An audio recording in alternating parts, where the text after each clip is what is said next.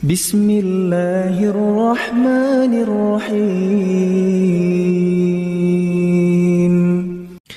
Alhamdulillah, kembali kita lanjutkan pelajaran rutin kita dengan membahas buku tafsir salat. Dan insya Allah kita akan membaca beberapa poin terutama terkait bagaimana mengendalikan pikiran ketika salat. Kita akan membaca bahwa sholat itu sudah sibuk. Bagi Anda yang memiliki bukunya, silahkan dibuka halaman 5. Sholat itu sudah sibuk. Karena dalam sholat kita melakukan berbagai macam kegiatan ketika sholat, pikiran kita juga sedang sibuk. Sibuk memikirkan apa yang kita lakukan ketika sholat. Nabi SAW menyebut sholat dengan kesibukan. Disebutkan dalam sebuah riwayat dari Ibnu Mas'ud radhiyallahu anhu, beliau bercerita bahwa beliau pernah memberi salam kepada Nabi SAW ketika Nabi SAW sedang sholat. Namun Nabi SAW tidak menjawab salamnya Ibnu Mas'ud. Seusai sholat Nabi SAW bersabda, "Inna fis salati la syughla." Di dalam sholat itu ada kesibukan. Inna fis salati la syughla. Sesungguhnya dalam salat itu ada kesibukan.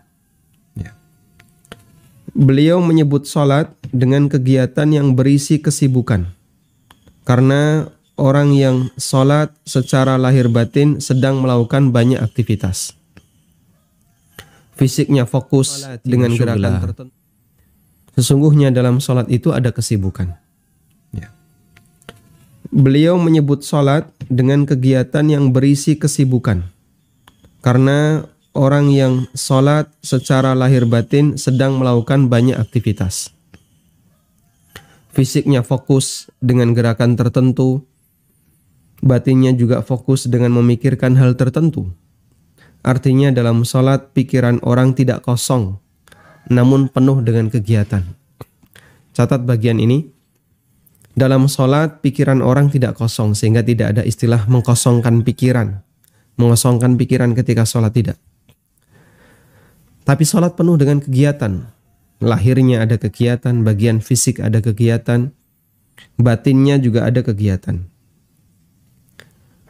Dan secara prinsip, jika orang melakukan kesibukan tertentu,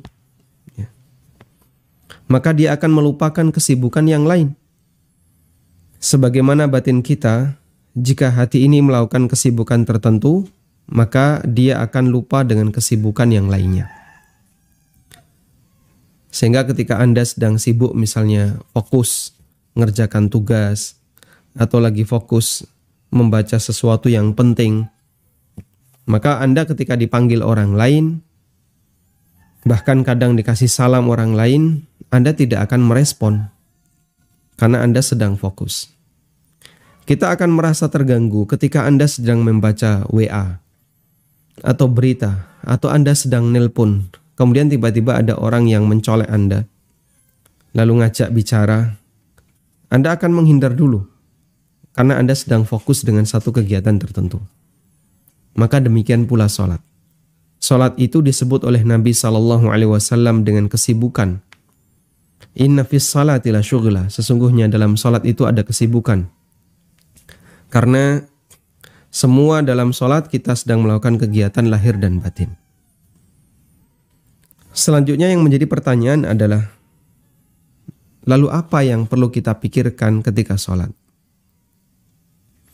Apa yang perlu kita pikirkan ketika kita sedang sholat? Sementara berbicara dengan jiwa sendiri itu menghilangkan rasa khusyuk dalam sholat. Sebagaimana dalam pertemuan kemarin, kita telah menyampaikan Nabi SAW menyebutkan bahwa di antara orang yang tidak khusyuk dalam sholatnya adalah yuhadditsu fihi ma nafsah. Dia berbicara dengan dirinya sendiri. Berbicara dengan dirinya sendiri artinya pikirannya melayang kemana-mana. Dan kemarin kita kasih gambaran ya. Sebagaimana orang dalam film itu kan kadang ada adegan orangnya diem, tapi kemudian tiba-tiba terdengar suara yang itu mewakili suara batin. Itulah contoh yuhadditsu fihi ma nafsah. Dan orang yang sedang sholat kadang dia berbicara dengan dirinya sendiri, melayang kemana-mana pikirannya. Lalu apa yang harus kita pikirkan agar sholat kita disebut sebagai sholat yang khusyuk? Saya pernah bertanya kepada orang yang pernah mengikuti pelatihan sholat khusyuk, ya, yang harganya cukup mahal ya. Ketika itu harganya ya sekitar 1 juta ke atas. Sehingga untuk bisa bergabung ke situ, orang yang nggak mampu nggak bisa belajar. Ada jawaban yang beraneka ragam. Ada yang ngasih jawaban, saya ketika sholat membayangkan seolah-olah di depan saya itu ada Ka'bah. Sehingga dalam pikirannya, ngarepmu ini Ka'bah. Depanmu ini adalah Ka'bah. Ada juga yang bayangin, saya ketika sholat seolah-olah saya itu berada di luar angkasa. Ya, sehingga kanan kiri saya itu penuh dengan bintang-bintang, kemerlapan, langit yang demikian luas. Ada juga yang membayangkan, saya ketika sholat membayangkan seolah-olah di depan saya itu serba putih. Sehingga tidak ada benda apapun. Ya, kosong, serba putih. Selain hanya warna putih yang dia lihat. Itu kan bayangan-bayangan yang dihadirkan ketika hamba ini ingin khusyuk. Tapi dia kebingungan gimana caranya mengendalikan pikiran. Saya tidak tahu apa yang diajarkan dalam pelatihan sholat khusyuk itu. Cuman saya penasaran. Mereka yang sudah ikut sholat khusyuk, pelatihan sholat khusyuk, saya ingin tahu gimana caranya sholat khusyuk. Ternyata jawabannya beda-beda. Ada yang ketika khusyuk itu diartikan membayangkan Ka'bah, membayangkan warna putih di depan, membayangkan seperti di awang-awang, dan aneka bayangan-bayangan yang lainnya. Baik, coba kita perhatikan khusyuk. Kemarin kita telah bahas ya. Artinya adalah fokus. Orang yang khusyuk berarti dia sedang fokus. Sehingga khusyuk ketika sholat berarti fokus dengan sholatnya. Fokus dengan ibadah sholat yang dikerjakan. Fokus fisik berarti melakukan gerakan yang sesuai sunnah Nabi SAW ketika sholat. Ketika Anda diam dalam posisi sedekap, wajah menghadap kiblat, melihat ke arah tempat sujud, tidak banyak bergerak, berarti gerakan Anda telah fokus, dan itulah khusyuk fisik. Kemarin sudah kita singgung. Sehingga khusyuk fisik itu memikirkan bagaimana caranya gerakan kita sesuai dengan sunnah Nabi SAW. Mulai dari takbiratul ihram. Allahu Akbar. Ada teorinya, Pak? Ada. Sehingga tidak main sembarangan. Sebagian besar kita ketika takbiratul ihram itu gerakannya gerakan otomatis. Kok bisa? Ya begitu kita sudah menghadap ke arah kiblat, imam takbiratul ihram, kita langsung takbiratul ihram. Dan kita nggak pernah gubris. Tangan ini di posisi mana? Allahu Akbar. Allahu Akbar. Apakah di sini, di sini? Kadang ada yang begini, Allahu Akbar. Kadang yang ada agak agak hemat, Allahu Akbar. Kebanyakan begini, Allahu Akbar.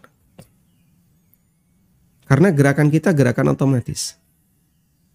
Ada yang begini-begini, Allahu Akbar.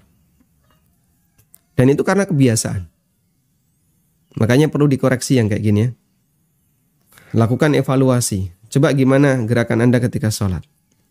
Biasanya kalau habis pengajian sih agak sadar. Nanti lambat laun mulai menurun kesadaran itu, terus kembali seperti gerakan otomatis. Kadang kan ada yang angkat tangannya mantul-mantul. Allahu Akbar. Nah, nanti kita akan bahas bagaimana cara mengangkat tangan yang benar. Intinya, saat Anda melakukan gerakan yang sifatnya otomatis itu, berarti sebenarnya Anda tidak khusyuk. Demikian pula ketika menaruh menaruh kedua tangan di dada. Ada yang di dada, ada yang di perut, ada yang di bawah pusar, ya. Ada yang begini, ada yang di jantung ya, ada yang di organ liver, hati. Ini mana yang benar ini? Serong kanan atau serong kiri? Baik. Dan ketika kita tidak tahu bagaimana cara sholat sesuai sunnah, kita nggak bisa melakukan khusyuk fisik. Sementara fokus batin berarti batin itu fokus memikirkan isi sholat. Fokus batin artinya batin fokus memikirkan isi sholat. Apa itu konten sholat? Apa isi sholat? Konten sholat berarti unsur sholat. Dan itu ada dua, gerakan dan bacaan. Karena itu fokus terhadap isi sholat berarti fokus memikirkan gerakan dan bacaan dalam sholat. Nah ini yang mau kita kasih kesimpulan. Gimana sih khusyuk dalam sholat? Khusyuk dalam sholat adalah istihdharul qalbi. Menghadirkan hati untuk memikirkan gerakan dan bacaan ketika kita sedang sholat. Bukan malah mikir yang lain. Bukan malah mikir di luar angkasa, di depan ada kain warna putih, atau mikir di depannya ada Ka'bah. Betul Anda menghadap ke arah kiblat dengan harapan itu lurus tepat ke Ka'bah, meskipun belum tentu ya. Karena kan jarak kita jauh sekali. Apalagi mikir, kadang ada orang mikir, apa misalnya, seolah-olah sholat di surga. Saya pernah dengar ada orang yang menyampaikan, saya itu merasa sangat tenang ketika saya sholat. Saya membayangkan seolah-olah saya sholat di tepi sungai, lalu ada suara gemercik air. Ya, suasana penuh dengan ketenangan, ada suara burung-burung. Ya, kayak sholat seperti di surga. Sehingga malah dia memikirkan yang lain. Merancang suasana ketika sedang sholat. Itu berarti memikirkan yang lain. Padahal yang namanya khusyuk itu bukan itu. Khusyuk adalah memikirkan sholat yang sedang dia kerjakan. Fokus dengan sholat yang dia kerjakan. Sekarang kita lihat. Fokus memikirkan gerakan sholat berarti memikirkan bagaimana agar kita bisa melakukan gerakan sholat yang sesuai sunnah. Bagaimana cara sedekap yang benar. Bagaimana cara mengatur pandangan yang benar. Bagaimana cara rukuk yang benar, bagaimana di mana posisi tangan ketika sujud, apakah di sini, atau bagaimana?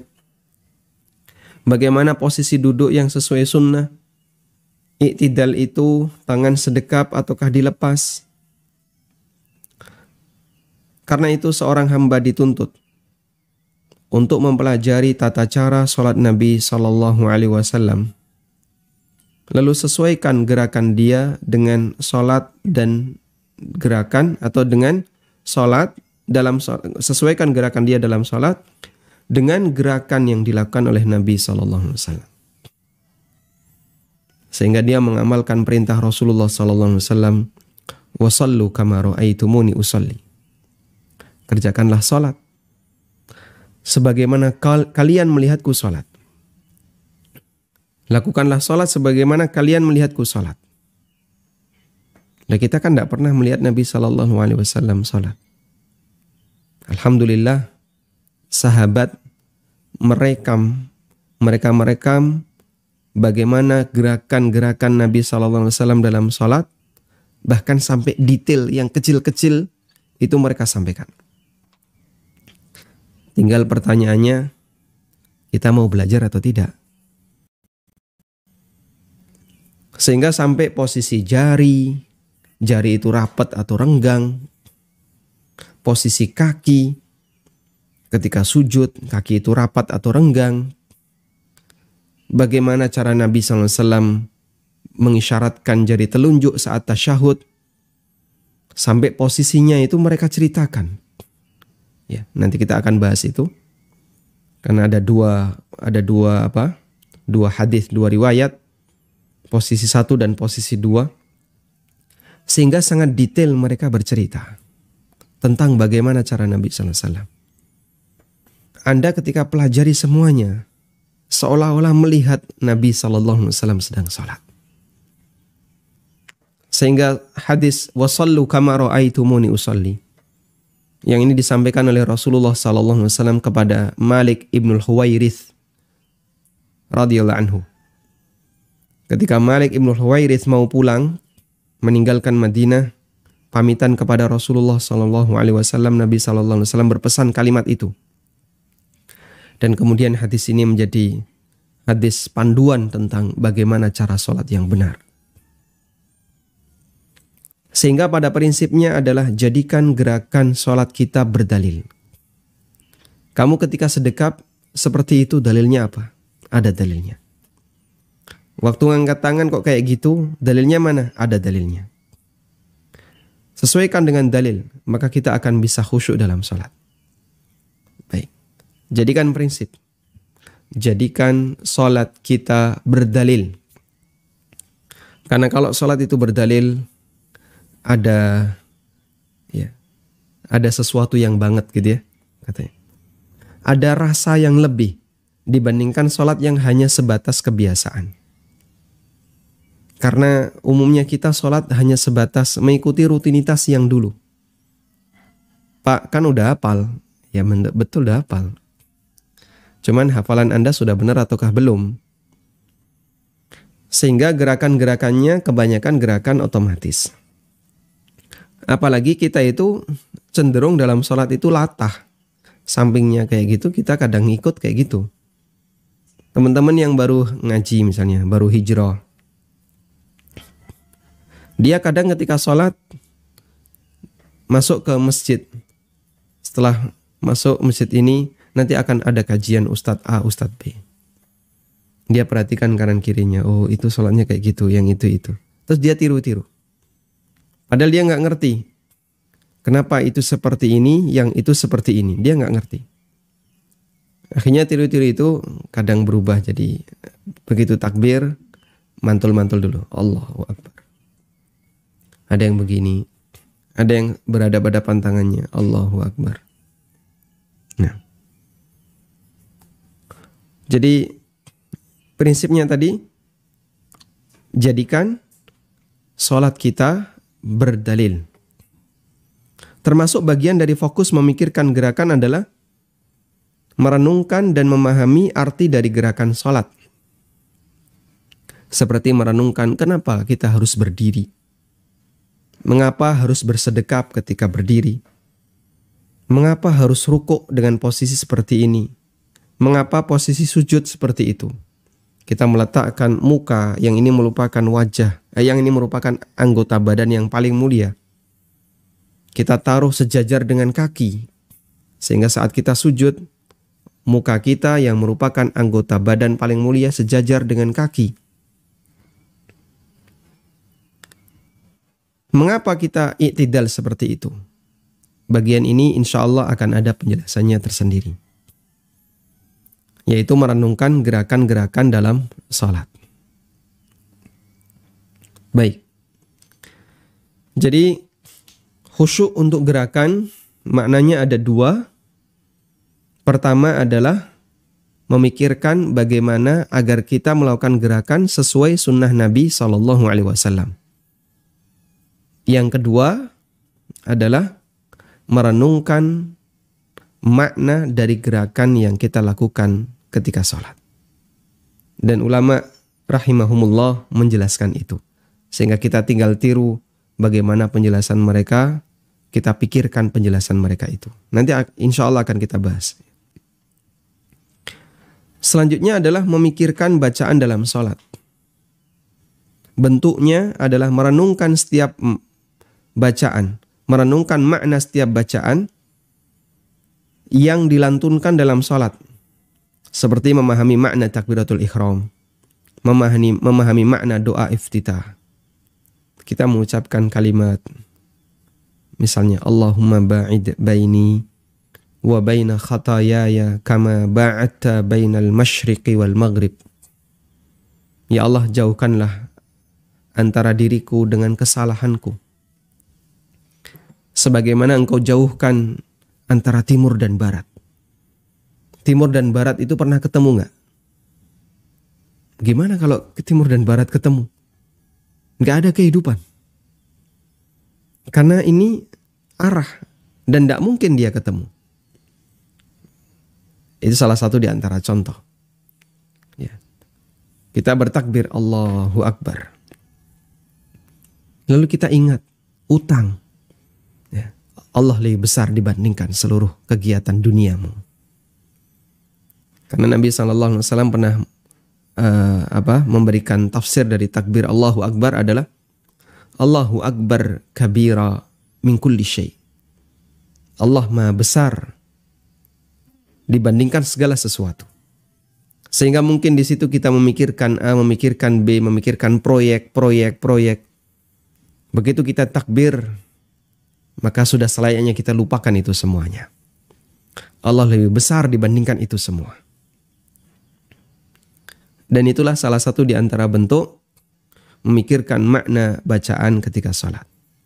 Merenungi bacaan Al-Fatihah, termasuk ketika imam membaca surat, lalu kita renungkan kalimat demi kalimat yang dibaca oleh imam. Masya Allah Pak, itu kami nggak paham bahasa Arab. Ya memang fokus di bagian kedua ini lebih rumit untuk dilakukan. Karena orang yang sholat harus memahami bahasa Arab dan mampu memahami maknanya.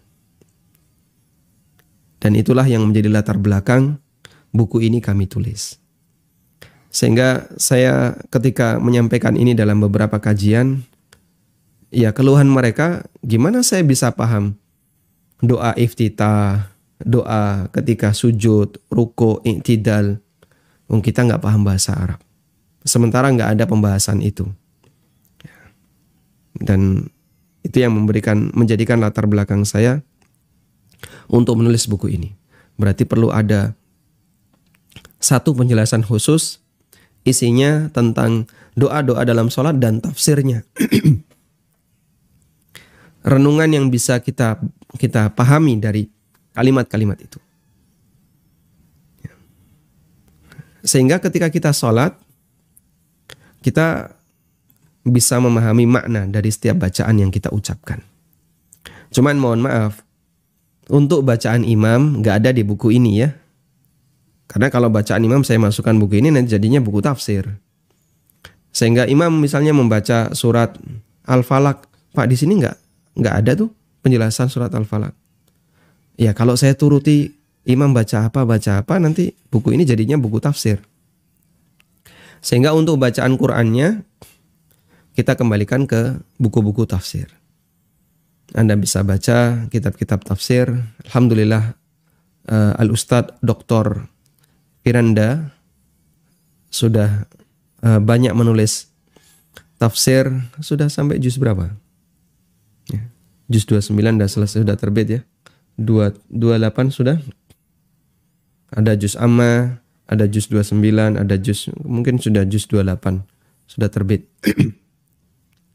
Sehingga itu mungkin bisa jadi alat bantu bagi kita ketika kita memilih beberapa surat pendek, baik di juz amma atau di juz 29, Anda sudah pernah baca tafsirnya.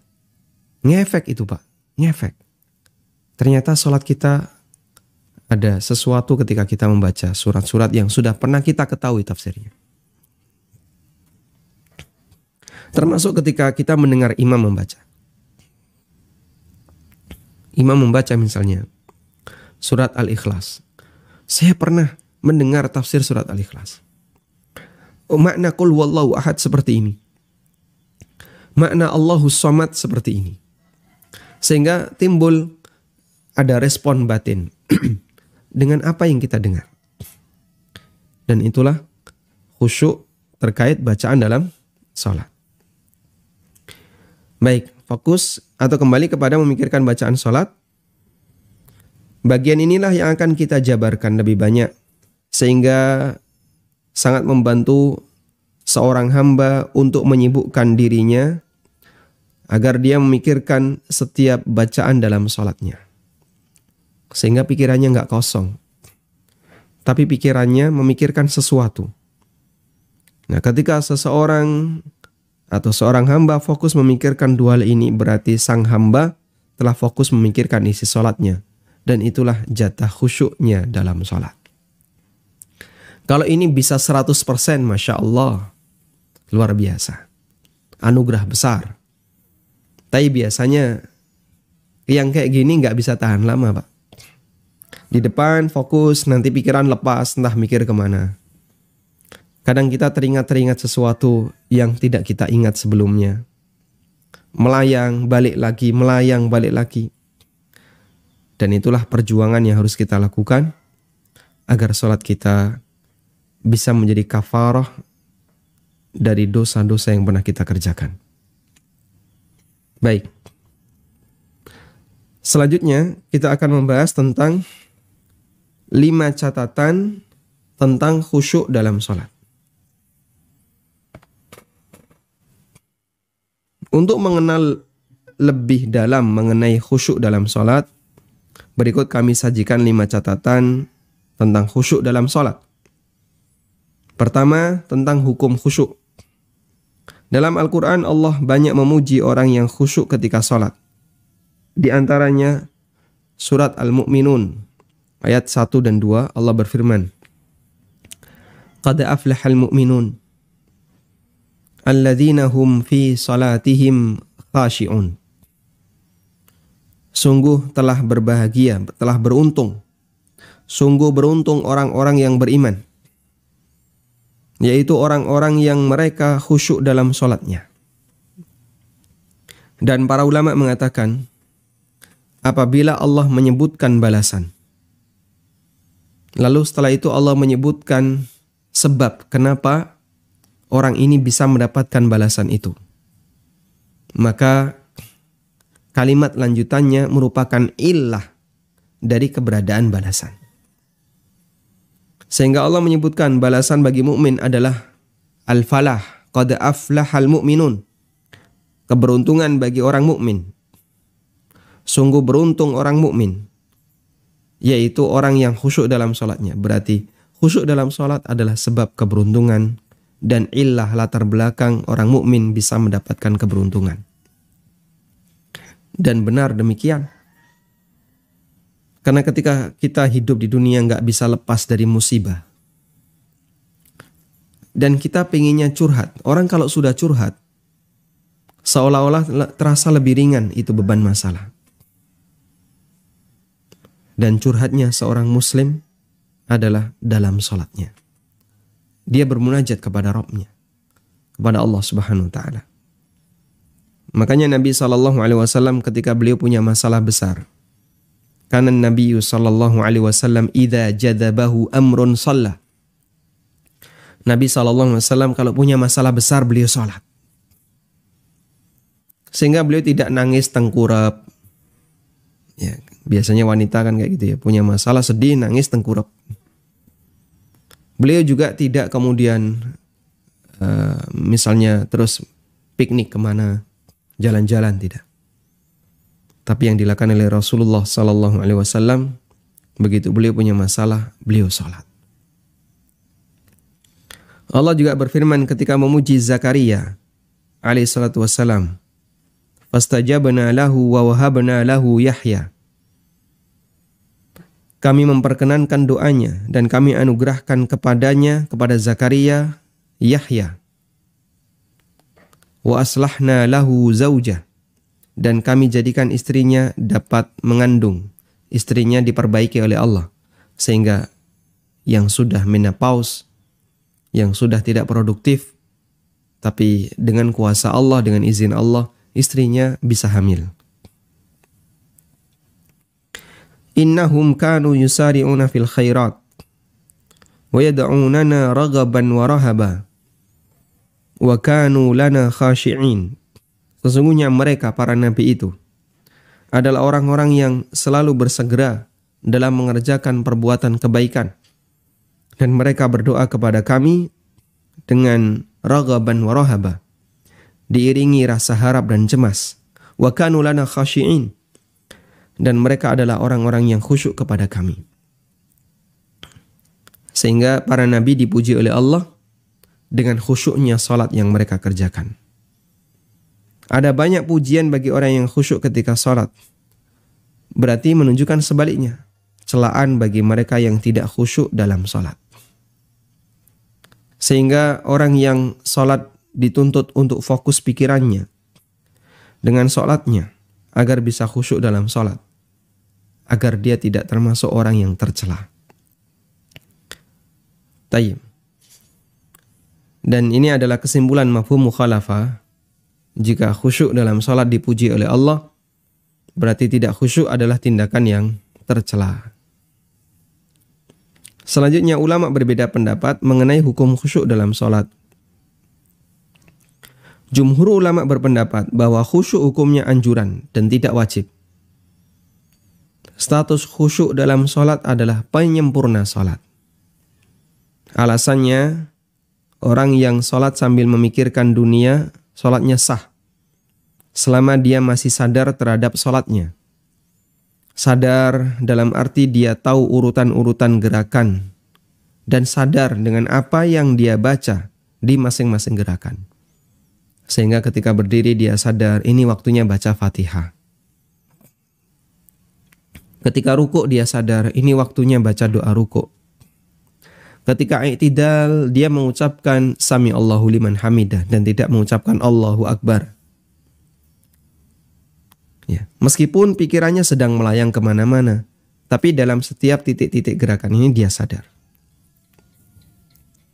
Dalam ensiklopedia fikih dinyatakan, ikhtalafal fuqaha'u fi hukmil khusyu'i fis shalah.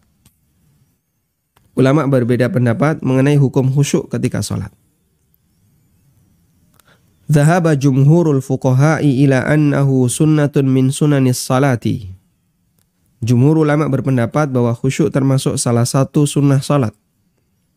Bidalili sihhati salati man yufakkiru bi amrin dunyawiyyin idh lam yakulu bibudlaniha. Dengan dalil, orang yang berpikir masalah dunia ketika salat, status salatnya tetap sah. Karena mereka tidak menganggap batalnya salat seseorang selama dia masih sadar idza kana dhabitan af'alaha, selama dia masih sadar dengan gerakan salatnya. Saya sedang takbiratul ihram. Saya sedang apa lagi? Saya sedang ruku, saya sedang sujud dan seterusnya. Dilanjutkan keterangan,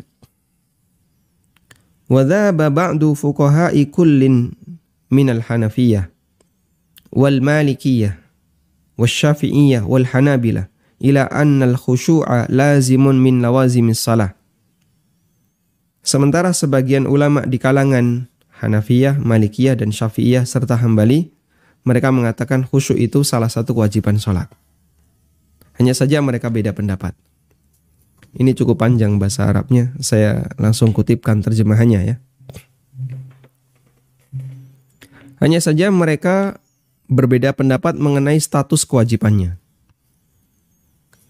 Ada yang mengatakan khusyuk termasuk kewajiban dalam sholat, namun sholat tidak batal ketika tidak khusyuk, karena ma'fu, dimaafkan. Ada yang mengatakan khusyuk termasuk kewajiban dalam sholat, dan sholat batal jika tidak khusyuk. Ada yang mengatakan khusyuk itu syarat sah sholat, namun syarat untuk sebagian dan bukan keseluruhan.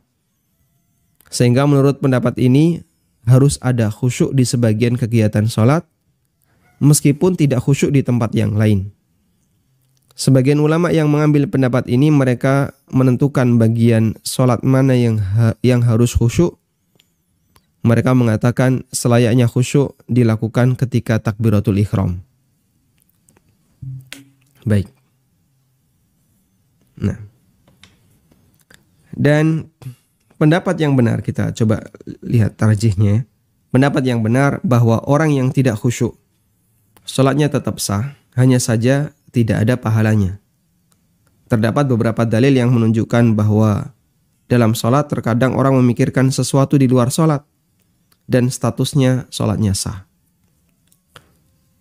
Di antaranya Hadis dari Jabir bin Abdullah radhiyallahu anhuma, beliau bercerita, Ishtaka Rasulullah sallallahu alaihi wasallam fasallaina wara'ahu wa huwa qa'idun wa Abu Bakrin yusmi'un nasa takbirahu. Rasulullah sallallahu alaihi wasallam sakit dan kami salat di belakang beliau. Wa huwa qa'idun. Beliau salat dengan duduk.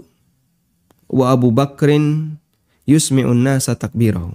Sementara Abu Bakar, beliau mengeraskan bacaan takbir beliau agar didengar semua jamaah.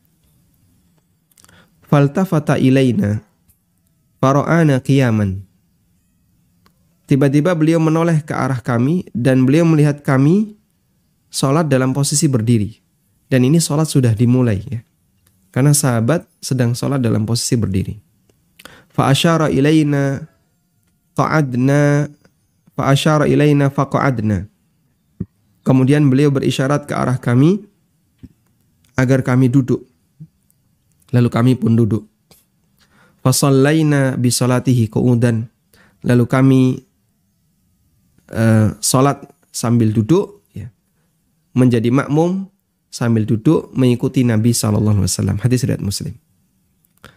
Jadi Nabi SAW ketika sedang salat dalam posisi duduk, beliau teringat sahabatnya ini salat sambil posisi berdiri. Mungkin bukan menoleh ke belakang, tapi beliau melihat ke arah nyamping. Kok mereka mereka berdiri. Akhirnya Nabi SAW berisyarat dengan tangannya. Ya. Gimana? Diminta untuk duduk. Ya. Agar mereka duduk. Akhirnya para sahabat semuanya duduk. Tayyib. Nabi SAW berisyarat ketika salat menunjukkan bahwa ada bagian dari salat beliau yang tidak khusyuk. Selanjutnya, hadis yang kedua. Dari Sahal bin Handalah radhiyallahu anhu. Beliau bercerita ketika peristiwa sebelum perang Hunain. Beliau bercerita salah satu cuplikan sejarah sebelum kejadian perang Hunain, bahwa Nabi SAW mengutus seseorang untuk berjaga malam di sebuah lembah, memperhatikan keadaan sasaran. Menjelang subuh Nabi SAW selalu bertanya, adakah perkembangan informasi dari penjaga malam? Sampai akhirnya dikumandangkan iqamah salat subuh. Sahal bin Handalah radhiyallahu anhu menegaskan, faja'ala Rasulullah sallallahu alaihi wasallam yusalli wa huwa yaltafitu ila syi'bi hatta idza qada salatahu wa sallama. Nabi sallallahu alaihi wasallam mengerjakan salat wa huwa yaltafitu ila syi'b. Sementara beliau sambil menoleh ke arah lembah itu. Syi'ab lembah ya. Jadi beliau salat kiblat, lembah itu mungkin agak serong dikit. Dan sebenarnya beliau sedang menunggu informasi apa dari penjaga malam yang ada di lembah itu. Barangkali mereka datang. Ya, mungkin mereka mau datang. Sehingga Nabi SAW salat subuh sambil mengarahkan pandangannya ke arah Syi'ab tadi. Ke arah lembah tersebut. Sampai beliau selesai salat dan salam. Nah, ini menunjukkan bahwa terkadang beliau tidak khusyuk dalam sebagian salatnya. Artinya sempat memikirkan A, memikirkan B. Kemudian hadis dari Uqbah bin Amir bahwa beliau pernah salat di belakang Nabi SAW. Tiba-tiba seusai salam, Rasulullah SAW langsung bergegas pulang sampai melangkahi pundak sebagian makmum. Setelah itu beliau balik lagi ke masjid dan beliau mengatakan, "Dzakartu syai'an min tibrin indana, fakarihtu ayyahbisani fa'amartu bikismatihi." Tadi saya teringat ada seonggok emas di rumah. Saya tidak ingin emas itu jadi pikiranku. Fakarihtu ayyahbisani. Maka saya tidak ingin emas itu jadi pikiranku. Maka aku pun pulang dan aku perintahkan untuk segera dibagikan. Masya Allah. Sehingga waktu itu Nabi SAW ngapain? Ketika sholat beliau kepikiran ada emas yang belum dibagikan kepada fakir miskin. Beliau kepikiran emas itu sejak beliau masih sholat. Sehingga sholat tidak batal disebabkan amal hati. Disebabkan tadi ya, adanya misalnya pikiran sedang melayang ke kanan atau melayang ke kiri dan seterusnya. Dan masih banyak dalil yang lainnya, seperti Nabi SAW pernah sholat dan beliau berniat untuk memanjangkannya, namun beliau mendengar ada bayi nangis. Kemudian beliau mempercepat sholatnya dan beliau menyampaikan alasannya, karena saya tidak ingin ibunya sedih, nanti ibunya kepikiran. Demikian pula beliau pernah sholat di rumah, kemudian Aisyah datang. Lalu beliau bukakan pintunya. Termasuk beliau sholat sambil menggendong cucunya yang bernama Umamah bintu Abil As bin Rabi' radhiyallahu anhuma. Hanya saja unsur khusyuk harus ada dalam setiap sholat yang dikerjakan seseorang. Baik, jadi sampai di situ tadi kita mendapatkan kesimpulan bahwa kalau sholat itu tidak khusyuk, tidak sampai batal. Namun unsur khusyuk harus ada dalam sholat yang dikerjakan seseorang. Sehingga jika ada orang yang sholat dan tidak khusyuk sama sekali, 100% gak khusyuk, kepikiran yang lain terus, maka sholatnya batal.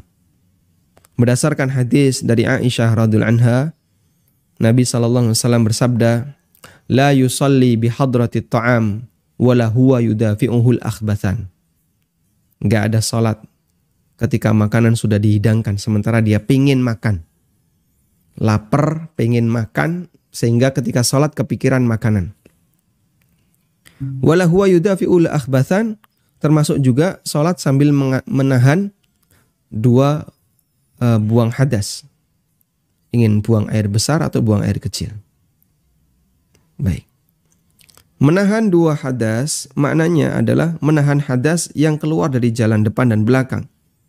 Dalam kondisi sangat lapar, ingin makan, sementara makanan yang sudah disajikan, atau kondisi kebelet ingin buang air atau buang angin, jika tetap dipaksa sholat, maka tidak akan khusyuk sama sekali.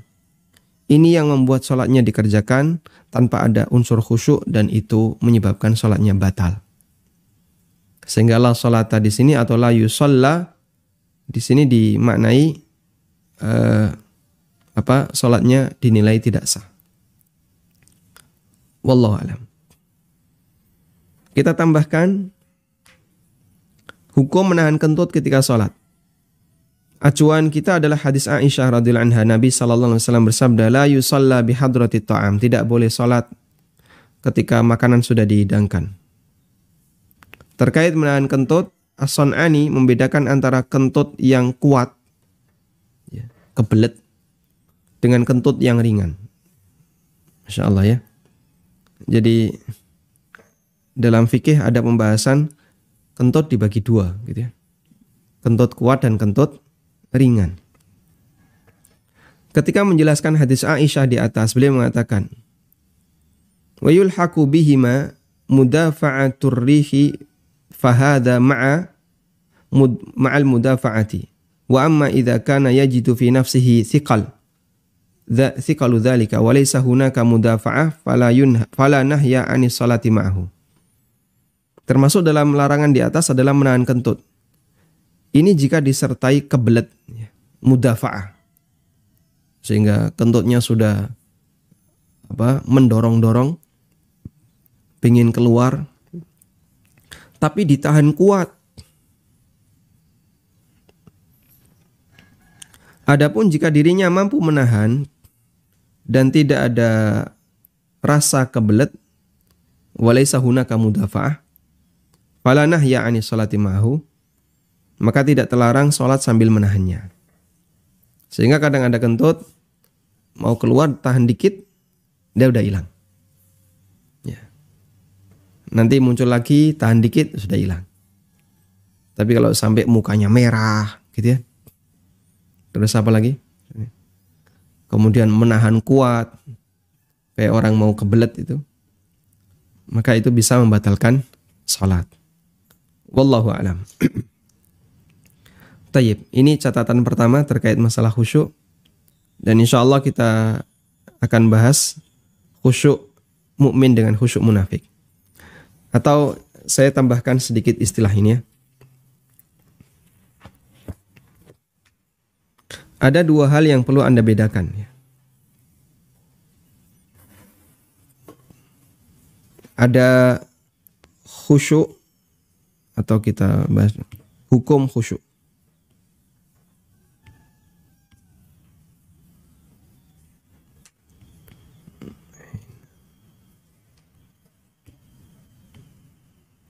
Hukum khusyuk tadi ya.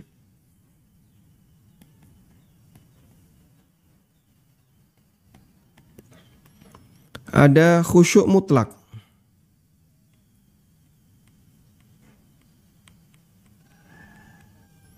Ada mutlakul khusyuk.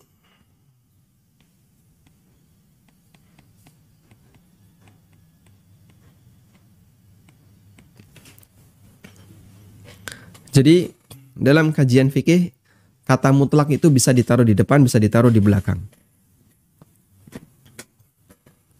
Saya kasih perbandingannya ya. Ada istilah al-ma'ul mutlak. Air mutlak. Air mutlak itu ya air. Air bening itu ya. Ada istilah mutlakul ma'. Mutlakul ma'. Kalau mutlakul ma', zat cair. Sehingga al-ma'ul mutlak pasti mutlakul ma'. Mutlakul ma' belum tentu al-ma'ul mutlak. Begitu ya. Maka disebut mutlak itu jika statusnya 100%. Disebut mutlak jika statusnya 100%. Di sini kan statusnya 100% air. Kalau mutlakul ma', ya dia belum tentu air. Ada airnya tapi campur dengan yang lain. Jadi air plus ada campuran yang lain. Di sini ada wedang misalnya ya. Maka dalam wedang ini ada air dan ada unsur yang lain. Bismillah.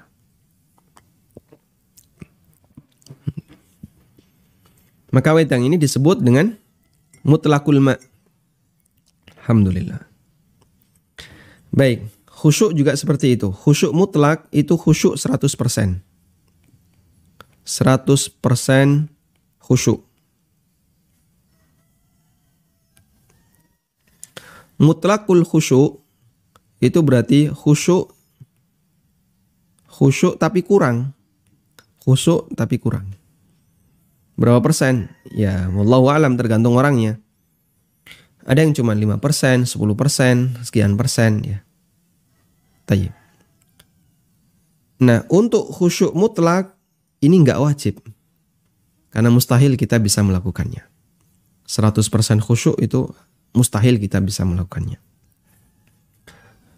Sedangkan mutlakul khusyuk ini wajib. Nah, selanjutnya ulama beda pendapat. Mutlakul khusyuk itu harus ada di mana? Minimal untuk bisa disebut sholatnya sah. Ada sebagian yang mengatakan minimal takbiratul ihram harus khusyuk.